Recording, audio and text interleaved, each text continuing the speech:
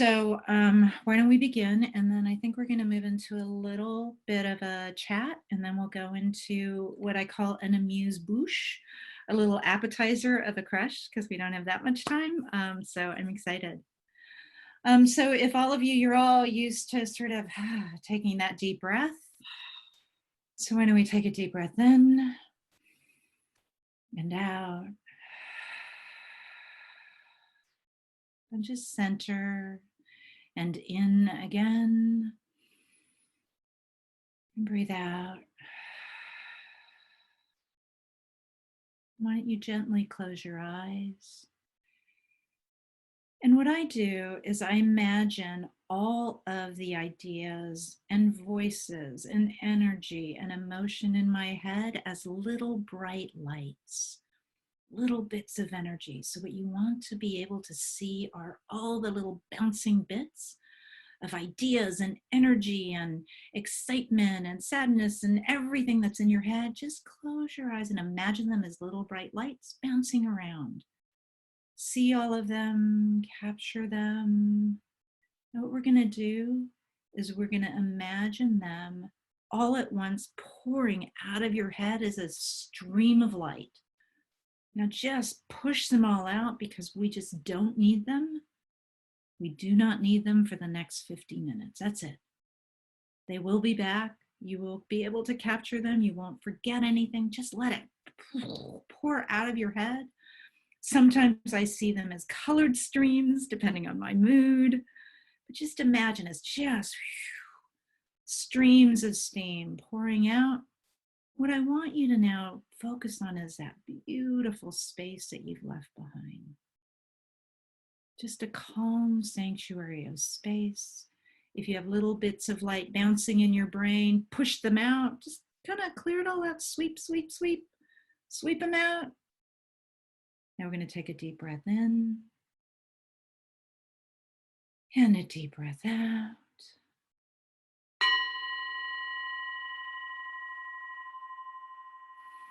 And slowly open your eyes. And we got a little bit of space for crushing now.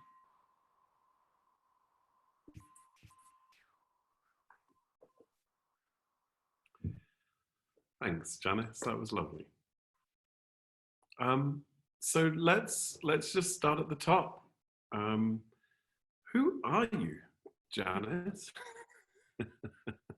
How did you arrive at this work? Seriously, who are you and how did you arrive at this work?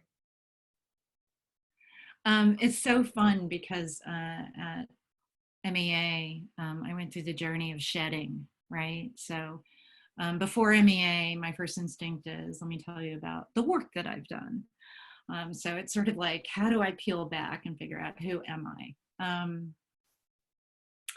So I'm the product of a very eclectic background. I was brought up in a military household.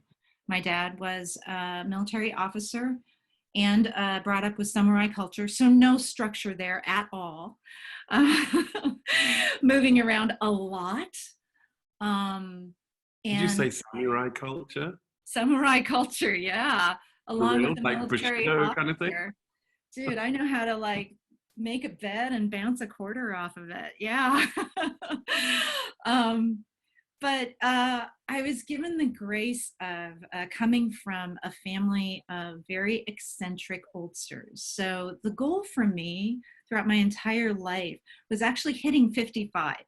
So even when I was young, I was thinking, okay, like, and one day I'll be baked at 55, which is hilarious, right? I also come from a group of people who, the women especially, are really gritty. And they enjoy doing things that are not very traditional. And so throughout my entire life, what I've been is a mix of a pattern finder, someone who has been forced by circumstance to be very agile. So I was picked up and moved 13 times. I lived in 4 different continents, was traveling throughout my entire life. went to school in 5 different states in the United States, ranging from California to Alabama, traveled across the country. I don't know, at least I can talk about this to most of you, traveling, sleeping on the bottom of a car, how everyone would take a part of the car and we'd all sleep in different parts and drive across the country. And so I was able to experience Southeast Asia and Europe and the United States and traveling around the world. And it gave me a sense of perspective on ourselves as in our lovely American culture on the military bases that I lived in, as well as being immersed in a variety of cultures that were different than the one I was brought up in. You said, So oh, go ahead. Keep going. yeah, no. Okay, And no, no. You so said with, that some of go ahead. you said that some of the women in your life are pretty gritty, some of the older women. Tell us about the bodybuilder. My aunts. Yeah. So one of the women inspirations in my life is 90 years old. Actually, she's 91 now, and she began weightlifting at 80.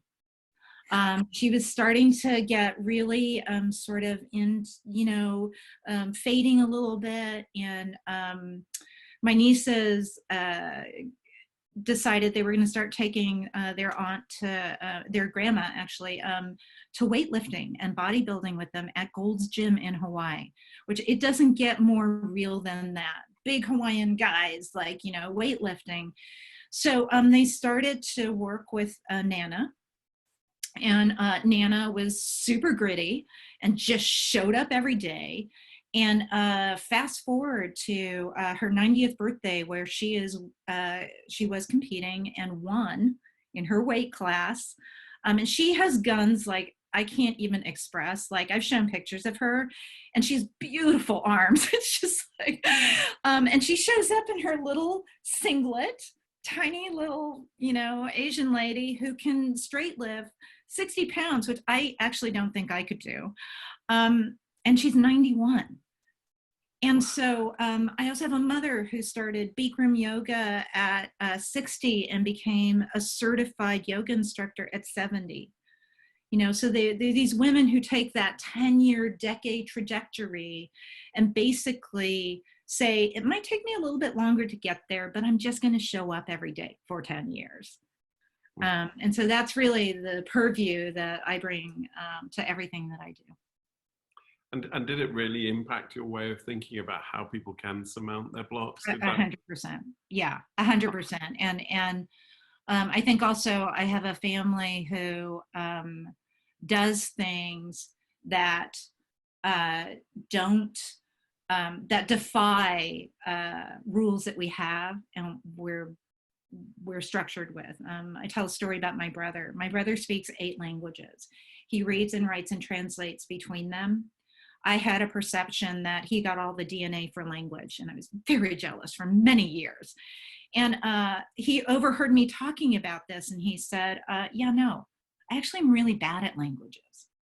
And I was like, okay, I barely speak 1, you speak 8. How can you be bad at them? And what he said was, well, I actually just really care about it, so I work really hard at it. So that can actually shatter my entire perception of self. Or I can say, okay, what that indicates to me is, right, there is nothing that we can't do if we don't just, and this is really based on the idea of grit. I love Angela Duckworth's book. I've just discovered it, about grit, which is the idea of we won't be great at it.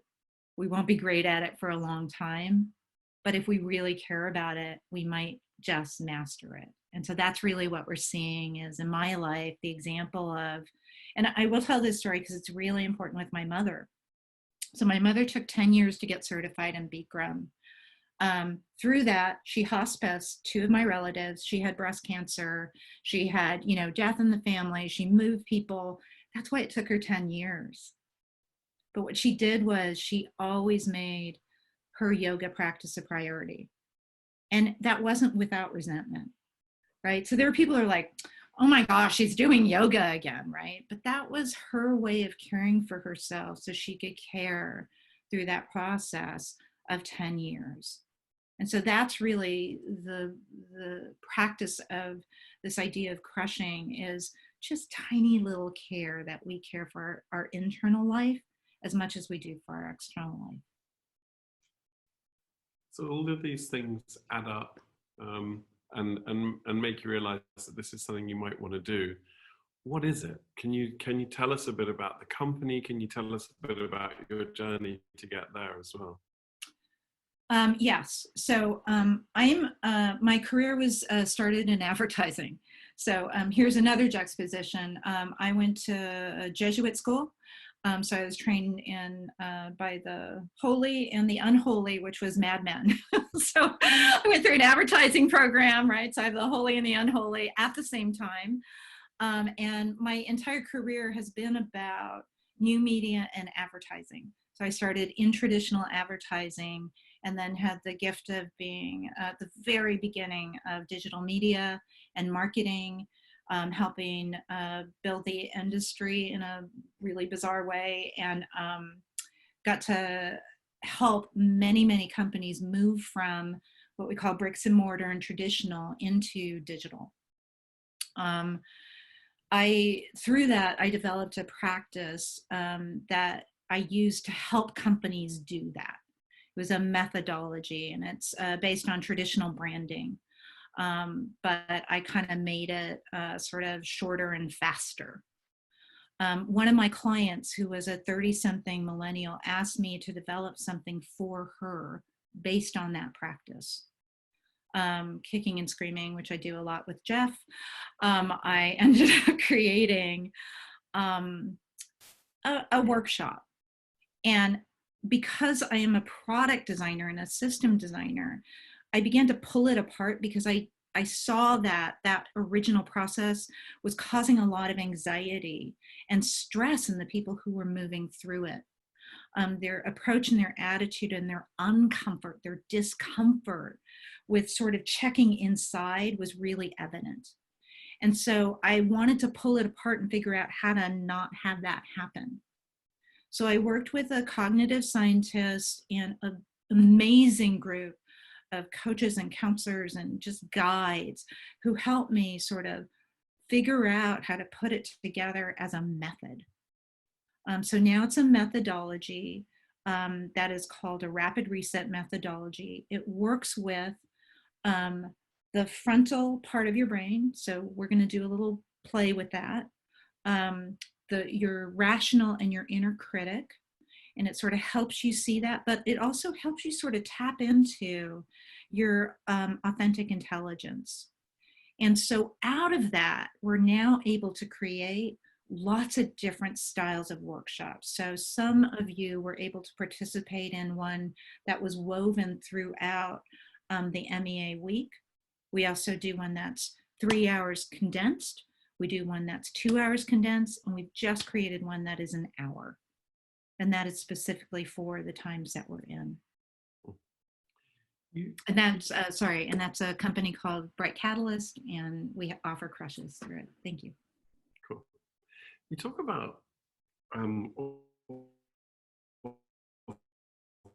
authentic and telling in using different types of brain science. It seems to revolve a lot around time and the use of time and under pressure. Can you just, before we go into this sort of crush sequence, yeah, why do you ask people to work so quickly? Why do you ask people to sort of work in terms of time and pressure?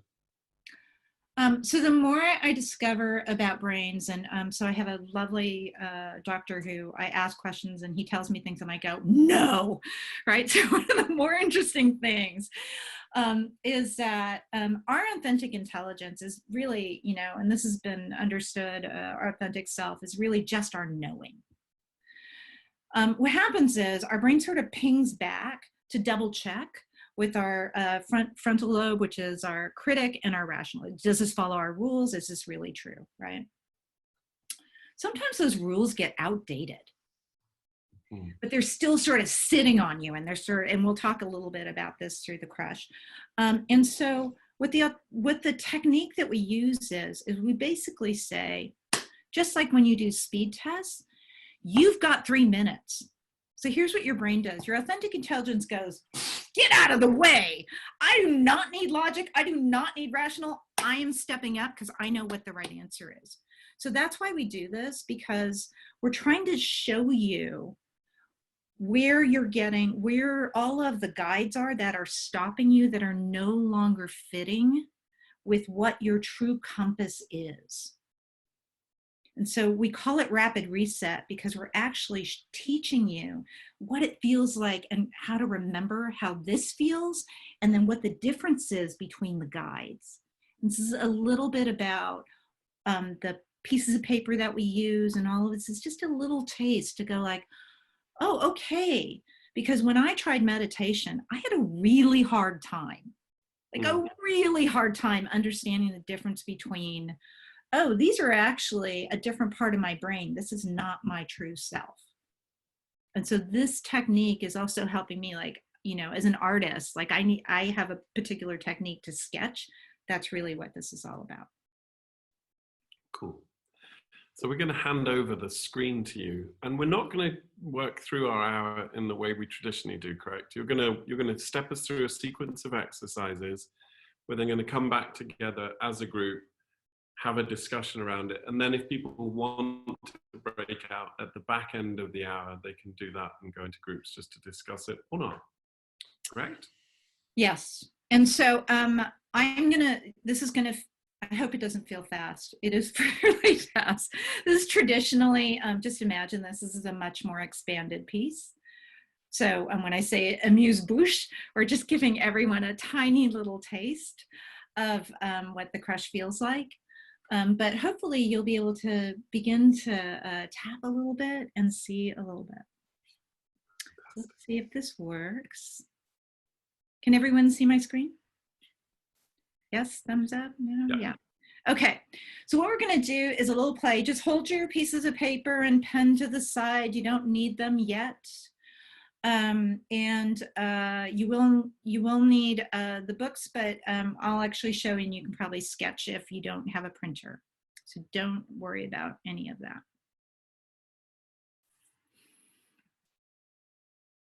I just started with this because I think it's pretty funny. When we're in times of challenge, we tend to, you know, I lived in England, went to high school in England, and it was all about the stiff upper lip, right? And you know, when we're in times of challenge, sometimes it's important to smile. And so just remember that as we're, you know, having those moments where we're trying to grit through. This is about lightness. This is about lightness and joy.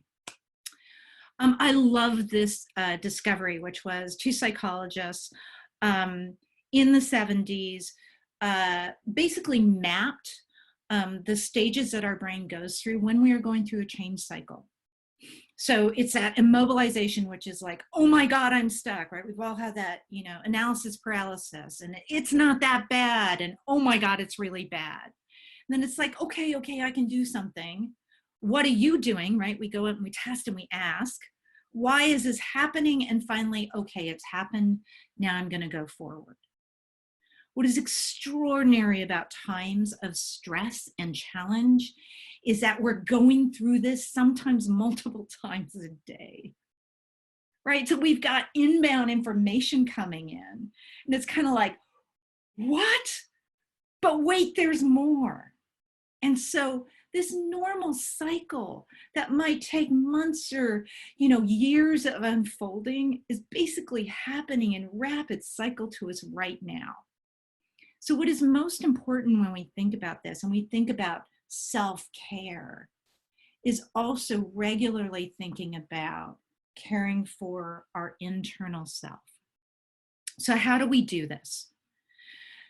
4 steps. Remember, this is based on standard business. Anytime you are going through a project or wanting to get anything done, you will follow these steps, whether you're doing it consciously or unconsciously.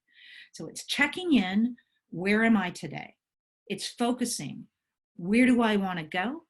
It's clearing your mojo, which is like, what am I doing today and what do I need to keep doing and what can I stop doing? And then finally, it's doing a plan. We are not going to go through all of this today, but this is just the steps that you are going to take, whether it's purposeful or not purposeful. So what's a block? So a block is actually a friendly guide that is there. So our brain creates, just like a computer program, a guide set. They're called neural pathways, and they're basically rules. And that rule is based on a set of intelligence, information, experience. I don't know. I just read one of Chip's missives, and it really talked about this, right? So in the Boy Scouts, you always have to know. You always have to be prepared, right? So now that is a guide set that you have. And it is a helpful guide until it's not. And then it becomes a block. So that's what a block is. It could have been helpful at one time, but now it is no longer helpful and it is stopping us, right? And so what happens with our brain is, you got a couple of these, it's okay, no worries, I can manage this. We've all told ourselves these stories until it is not helpful. And now my brain is so full, I can't see the vista of where I'm going. Keeping it all in our heads, right? I can manage this. By the way, this is something we learn it when we are youthful. I can just keep it all in my head. And so the reality is, no, it does fill up. So how do we cull regularly? How do we audit regularly? And treat these as play as opposed to something to be fearful of. So how are we going to get familiar with this? I use Post-its. What we're going to do today is, again, really little taste. We're going to do a couple sprints. So what you're going to do is, every time a thought pops up that stops you from writing something down in these sprints, you're going to write it down on a piece of paper and you're going to put it to the side. Now remember, each of these guides was set in place as a loving thing. This is very primal. The rule set was adopted in our brain to keep your physical body alive. That is it. So your brain has a guide set that says, are we afraid of this or are we excited by this? This is prime. The prime rule set is, here's a rule. Are we excited or are we afraid? And then a series of networks of decisions go off. Over the years, and this is the thing that got me so like, what? When Dr. Chuck told me this, is over the years, those get obscured, just like with a computer, right? So you add in more programming. So lots of branches really obscure the original rule set. It's hard to know what that rule set is. So that's what we're going to play with today. It's hard to find them unless we're challenging them. So you're going to go through a series of exercises, and every time a thought pops up, good or bad, we're not judging, you're going to write it down. And you're just going to keep writing. I've seen people with upwards of 80 of these at the end of this, right? Those are just like a lot of ideas. And by the way, a lot of them are the same message. So that's what's filling, remember, filled, that's what's filling and keeping your brain occupied. Okay, we're going to jump to the first sprint. Remember, this is fun. This is fun. And I'm going to time you. What's going to happen is you're going to take 3 minutes. You really don't need that much time. You're going to write a number in the circle. In the tiny little circle, you're going to write a number from 1 to 5. 1 being least satisfied, 5 being most satisfied. Do not overthink this. Boom, boom, boom. You're going to work your way around. And then what you're going to do is you're going to write in the square one thing and one thing only that might bump that number up to a higher level of satisfaction. As you're doing this, other ideas are going to pop up that are going to stop you, judge you, write it down on the Post-it and just say, thank you, I don't need you right now. Okay, starting now, you got 3 minutes.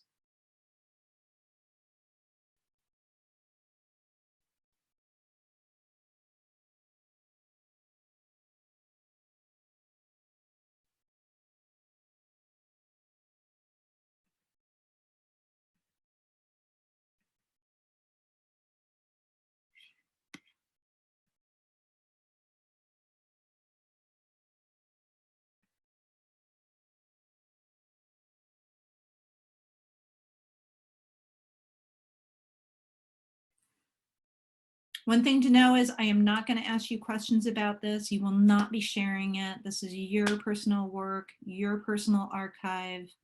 Just pop into what you know, your wisdom.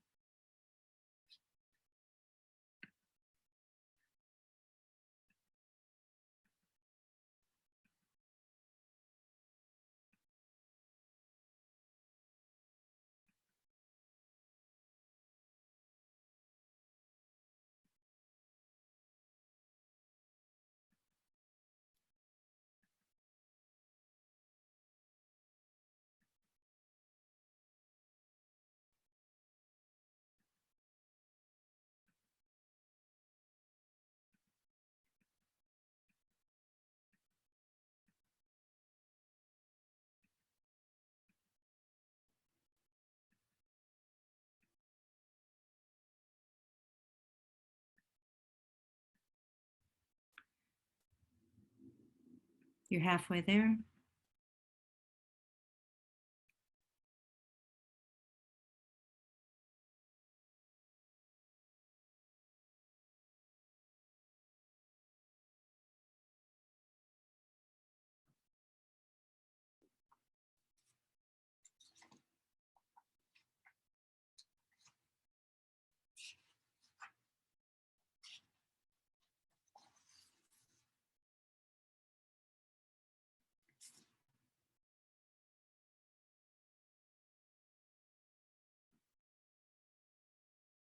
You have 30 seconds.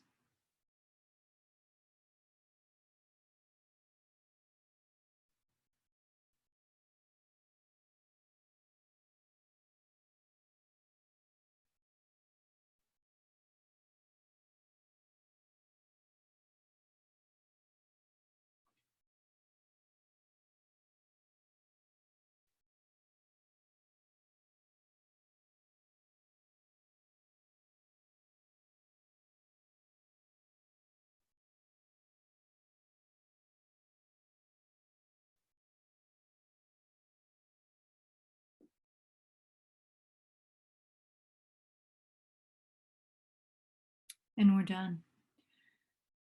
So what's important to remember as you do this is there's no right or wrong. This is play.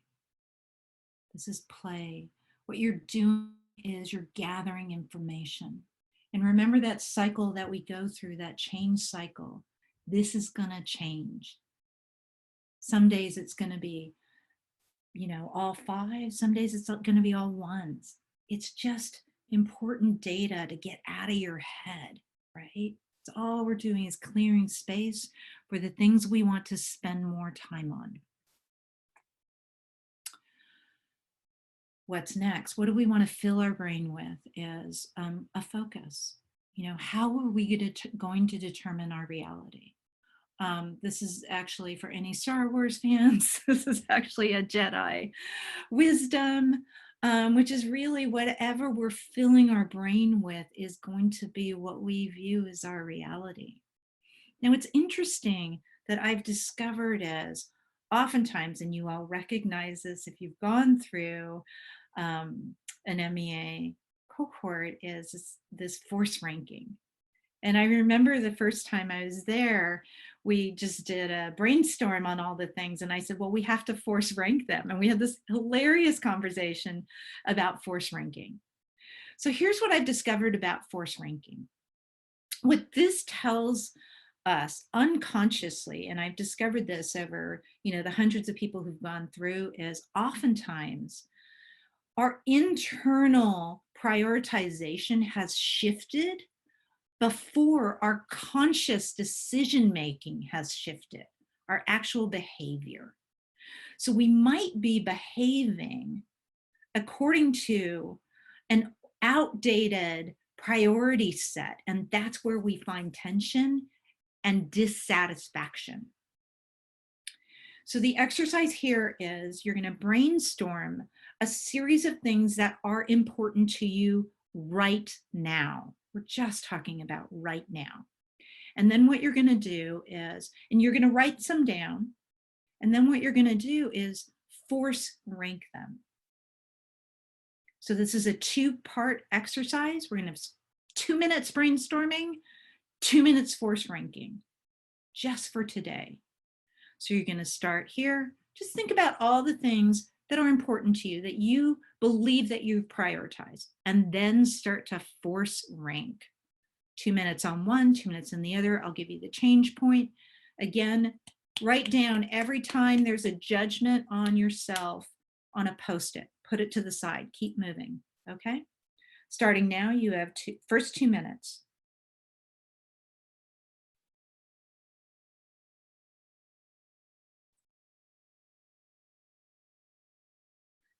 So you're going to be brainstorming. What are things that are important to you right now?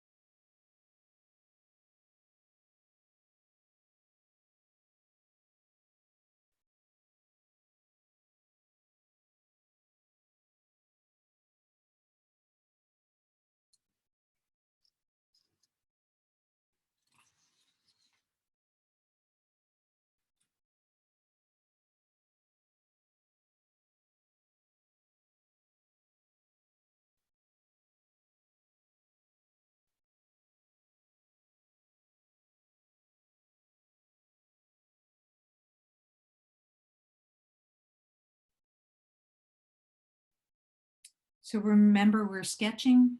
We're sketching. Start to move over to force rank if you haven't already.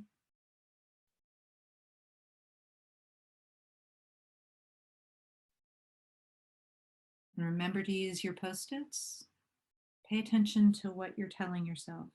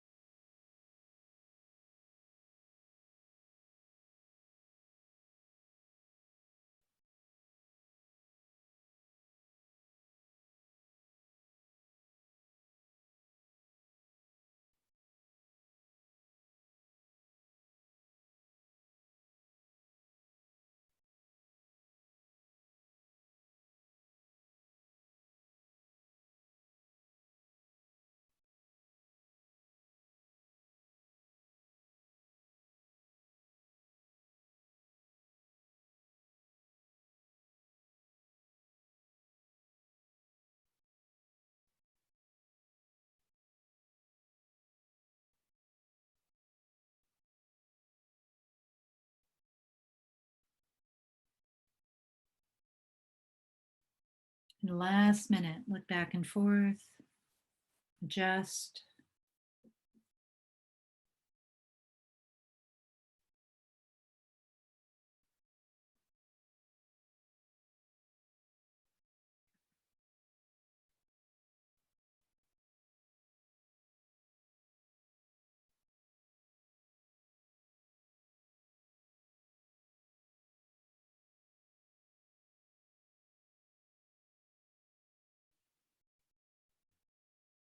And if you're finished, just pay attention to the ideas, thoughts, emotions. Write them down on your Post-it. Just pay attention. What is this generating?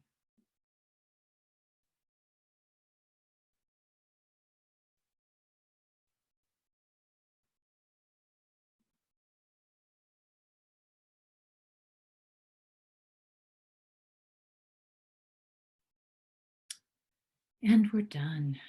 Let's move to the next sprint. I know, it's fun. Speed brain stuff. Squeezing our brains, giving it a workout. Part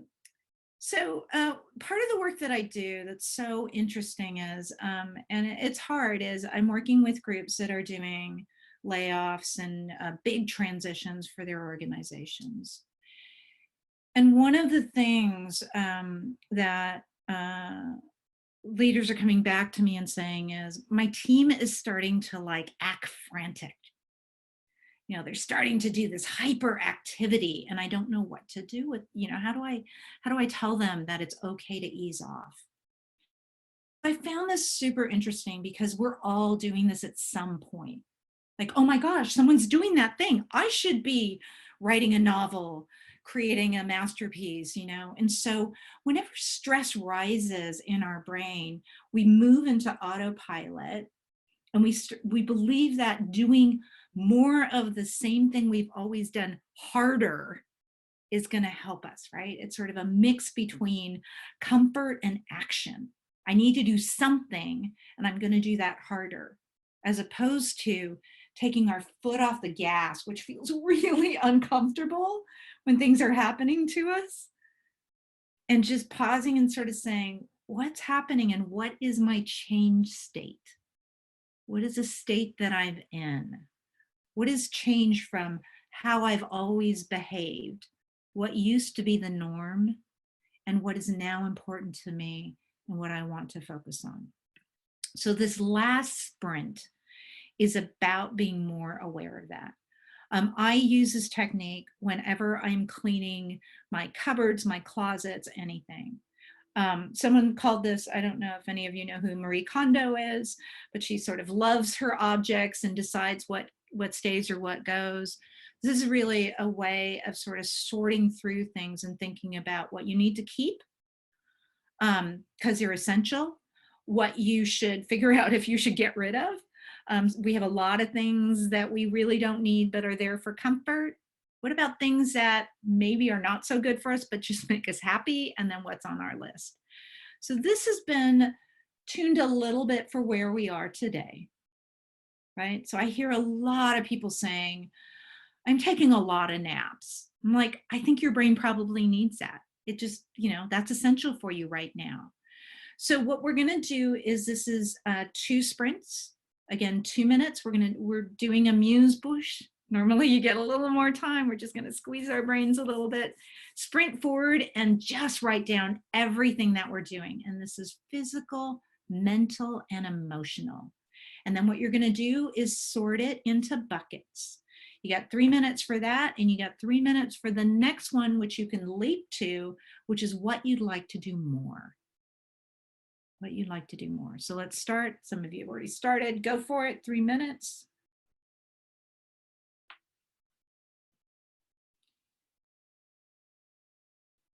I've had people ask, loading dishwasher, yes. Walking the dog, yes. Binge watching, yes. All of those things, write it down, because that's where you're putting your energy. Every place you're putting your energy.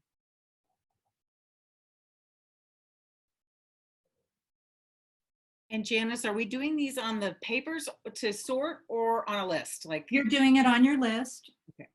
You're doing it on, if you can sketch this out, or you can, if you have a printed book, great.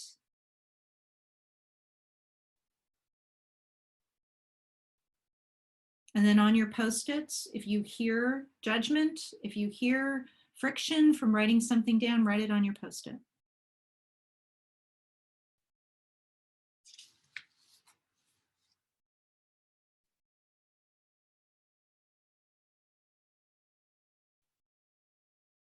A question. Yeah. The mojo, what was the O? Must keep. Oh no, just makes me happy. on my list. On my list, sorry. And that's the next one. Okay. Okay, great. Thank Thank you you. so much.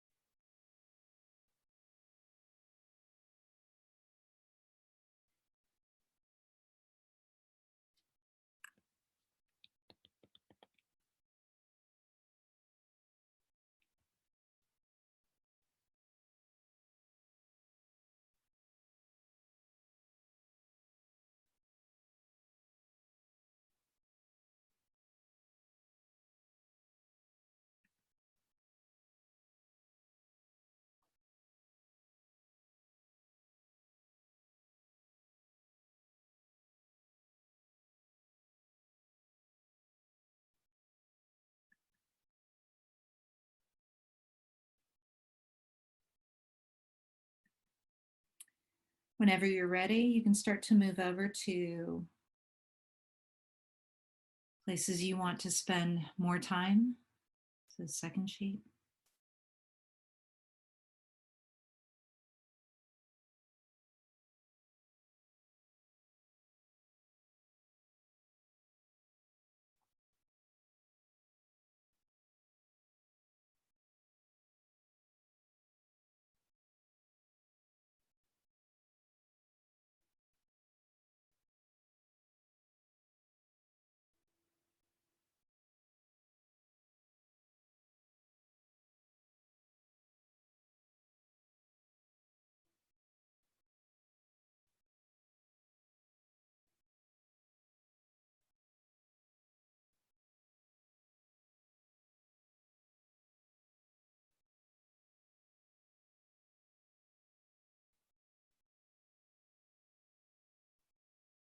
Now, if you have a chance, you can go back and forth between the two.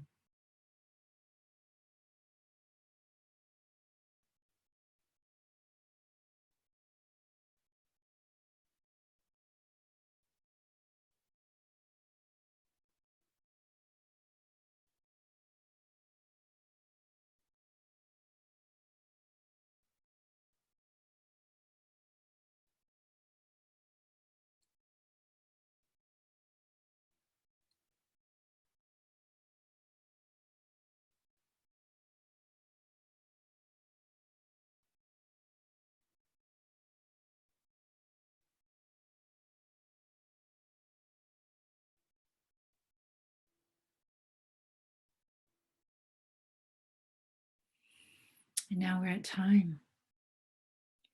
So there is no finish here. Remember, this is an evolving, ongoing, not stress. We're playing. It's a technique.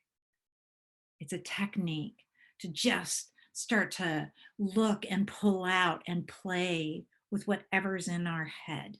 Just begin to master it and understand the reason why little bits of paper is that they're ephemeral, just like what's in our head.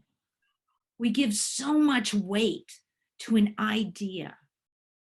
We give so much prominence and build around and cause ourselves pain around something that is really as, insignificant as a little piece of paper.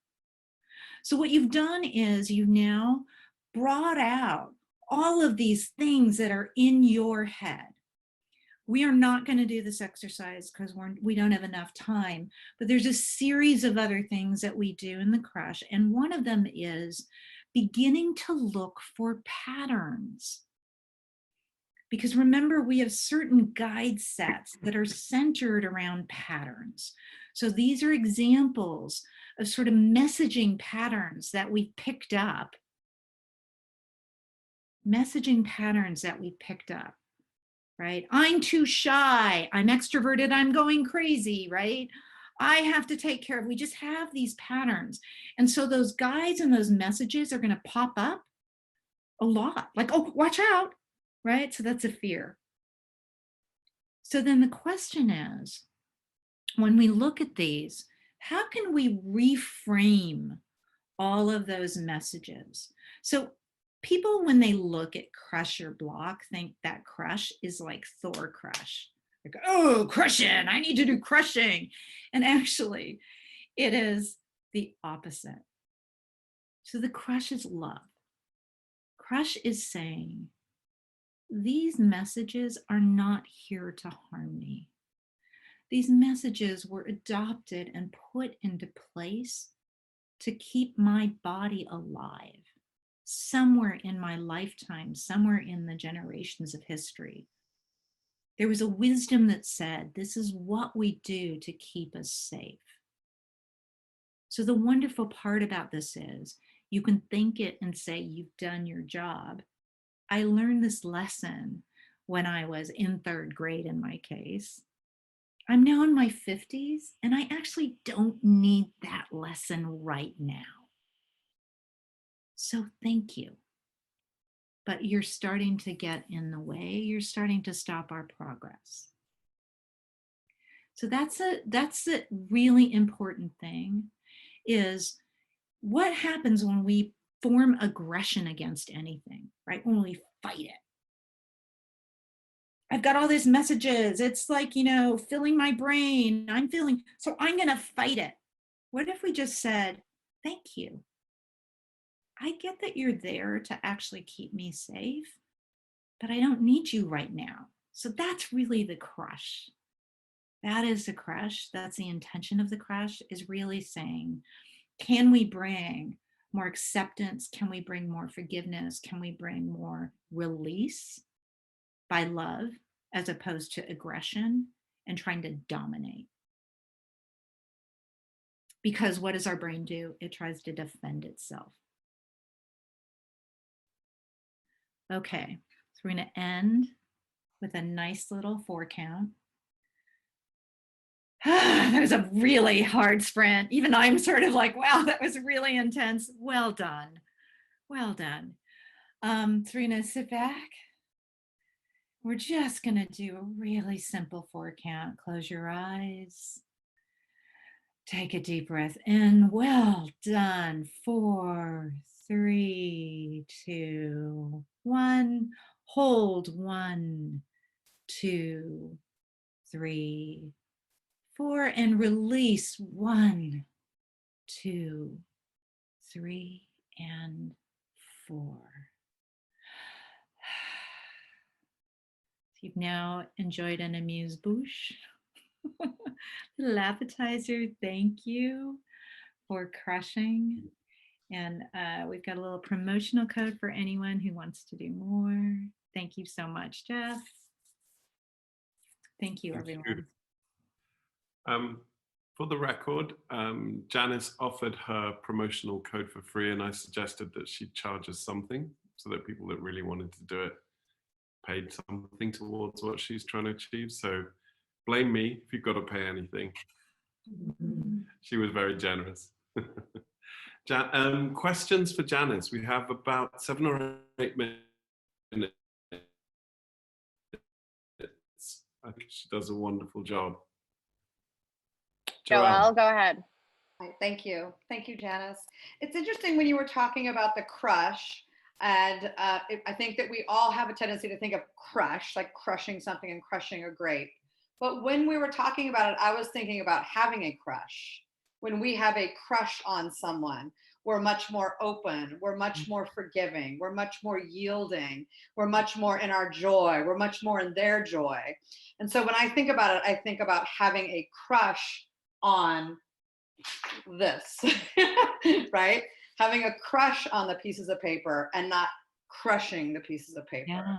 But Yeah. as it was unfolding, my idea that that word has a really strong connotation, and it shifted for me, right? That's all I wanted to say. Thank you. I want to echo that. I'm jumping in really quick because Joelle, I love that. You just reframed it for me, and that crushing all these things or having a crush on them is really loving our own vulnerability and our what we perceive as our weaknesses. And that's a beautiful thing. I just want to like take that little person and, you know, and love it through it. So, And at some point they were serving us, right? yeah. And so how are we gracious to those things that were serving us? We thank them. And instead, what we try and do is push it away and dominate it and fight it, as opposed to just being like, you know, like, thank you. At this point in my life, you kept me safe. I don't need you anymore. I might need you another time. Hang out, but you know, not right now. Yeah. Janice, are you finding that are you finding people that are coming around to this content right now that weren't there before? And the reason I ask that question is I'm an entrepreneur, CEO type. I hang out with other types like that. And I was on a call today with other types like that who are literally talking about a mental health day versus a vacation day, renaming it, talking about like, wait, we got to balance now. Our people are working 7 days a week. They're Zooming 7 days. They're not even like, there's no Monday through Friday. Like, I'm just curious what you're seeing out there in the world. Very much so. So the 1 hour crush, and actually the reason I was interested in supporting you all was that I am trying to figure out how to get in little bits, right? Because we all have this bizarre relationship to time, right? And so what I've been reframing for the clients that I work with and the companies that I work with is mental breaks are actually work. So we have this perception that that's not work. And so what I've been doing is reframing it so that businesses and leaders understand that brain science tells us sitting in front in an intense situation while inbound is constantly coming in is going to destroy the productivity any way you slice it. So what is a change state for a company? The change state for a company needs to be mental health to give the workers enough ability to actually continue and be successful. Mm-hmm. So the change state for our business is what companies aren't kind of catching up to. And I am seeing more and more things, but I'm actually advising people to put mini breaks inside of their calendars, because I'm horrified. I'm asking everyone to show me their calendar, and they're literally scheduling meetings on Zoom back to back. Like, don't do that. Yeah. The code. So the promo code is MEA Spring. Janice, I heard another one today that was interesting, which was being really cautious around your foreign language speakers, having some anonymous chat going on, being conscious, you know, of how Zoom changes things, even how Zoom is creating an equal playing field among genders, no one at the top of the boardroom chair, we're all together. Jeff, of course, is our fearless leader, but he's not, he's sitting off in Cabo, but like, it's just really fascinating. Thank you so much. I just really appreciate it. Thank you. No, thank you from Brooklyn. Thank you from New York City. And Leslie, I don't have the sheet ready, but it's actually, I think I did upper lower bad things with the promo code. So if you can type it. I just posted it on the chat. So on your site, special promotion code is MEA Spring, and it's 50% off any video crush up until June 21st. Yeah, and we're actually putting out a couple more packages. So we're actually thinking about packing up a 1 hour that is weekly for 3 weeks. So you can just keep coming back and just letting off little bits of steam once a week. And it's really, gosh, we need this. So yes. Tell me your website again. I'm sorry. We just want to get, is it? It's Crush and Flow, one word. Flow.com. Yeah. Okay. I'm just putting that in the chat too. Yeah. So that everybody knows where to get that. Thank you. Yeah. This was amazing. Oh, thank Right. you. That was, wow. Talk about a sprint. I mean, we did a lot in such a little bit of time, but it was so valuable. I want to thank you. I think the reality is we think it takes a long time.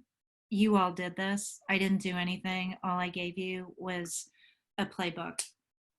So really, this is what's most important. And we say not everyone can be a guru, but we believe with the right tools, anyone can be a guru. So you all just proved it. A I think guru. that's a fabulous point to end. We were going to do breakout groups. I have a hunch actually that we might do better just to call it quits here, guys. If anyone has a different feeling about that at the end of this, write me an email. Let me know how it would work, how it could have worked better for you. We had a really nice chat with Barb, who's here, I see, Barb Waxman last week, who sort of suggested that we push the dyads and the group discussions to the back end of these hours. This particular one to me doesn't feel like we need it, but in the future, that's the format. We're going to run our hour and then have a 15-minute discussion at the back end, mostly because we were losing people during the course of the calls, okay? So we'll keep you posted, and we'll see you hopefully next week. Thank you so much, everyone. Oh, thank you, Janis. Everybody unmute so we can hear everybody saying thank you and goodbye. Thank you, thank you, thank you. Bye.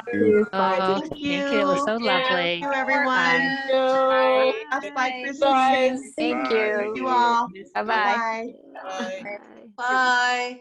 Bye. Bye. Hi, Spivack. Awesome. Bye. Christine, hi. Hi. Hi. Oh, Love your faces. Hi, Katie. Hello. Good night from Germany. It's already late. Oh, Bye, Sybil. Hi, Wendy. I hear you. Thank you, Janice. Bye, Katie Tremper. Great to see you all. oh. Nice to see you, love. Good to see you. Bye, Christine. Goodbye. Thanks a lot, Jeff. Thank you. Thank you. Bye. Good to see you all. Thank you.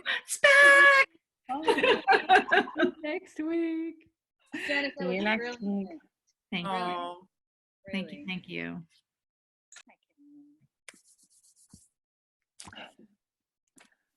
All right. Thank you all. Thanks, Thank you. It was wonderful. Glad you enjoyed it. See y'all next week. Bye, Christine. Bye, Spivack. Oh, buddy. Yeah. Thanks for the cameo by Spec. Bye.